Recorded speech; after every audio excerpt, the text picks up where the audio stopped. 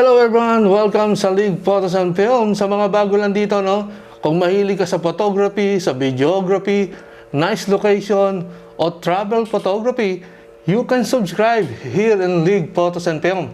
At syempre, isama mo na rin yung ating bell notification.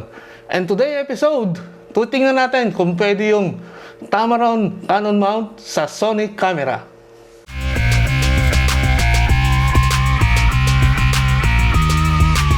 Ever since na nag-start ako mag-photography, Canon user talaga ako. So may mga lens ako na talagang pang Canon, kahit mga third-party lens, pero pang Canon siya.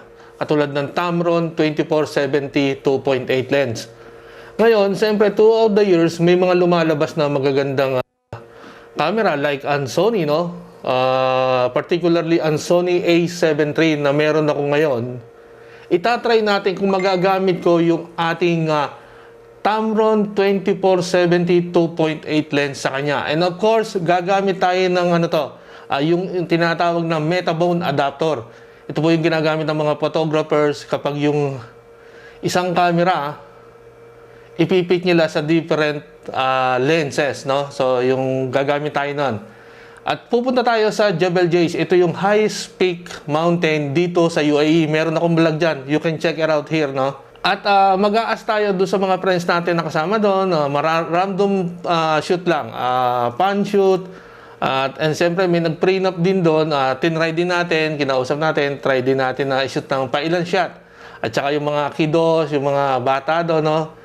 So lahat ng shoot na makikita nyo dito ay between Tamron 24-70mm 2.8 lens and of course sa A7Iii Sony. Okay, without further ado, let's check it in. And I hope you enjoy it.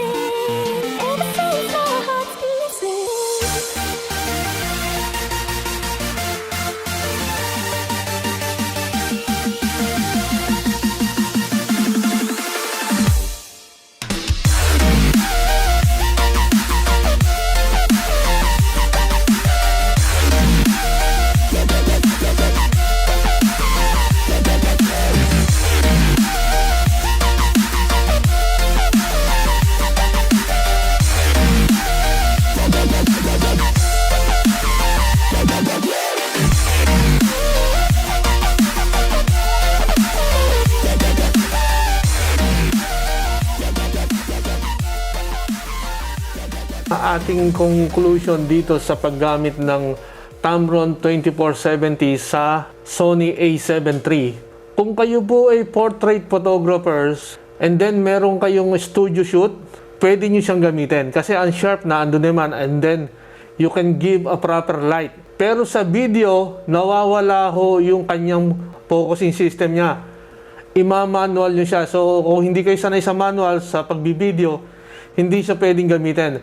And of course, sa low light, medyo hindi rin siya maganda. Kasi alam naman natin, no, doon sa mga photographers, yung Tamron 24-70, hindi siya pan low light. Alright guys, I hope you enjoyed the video.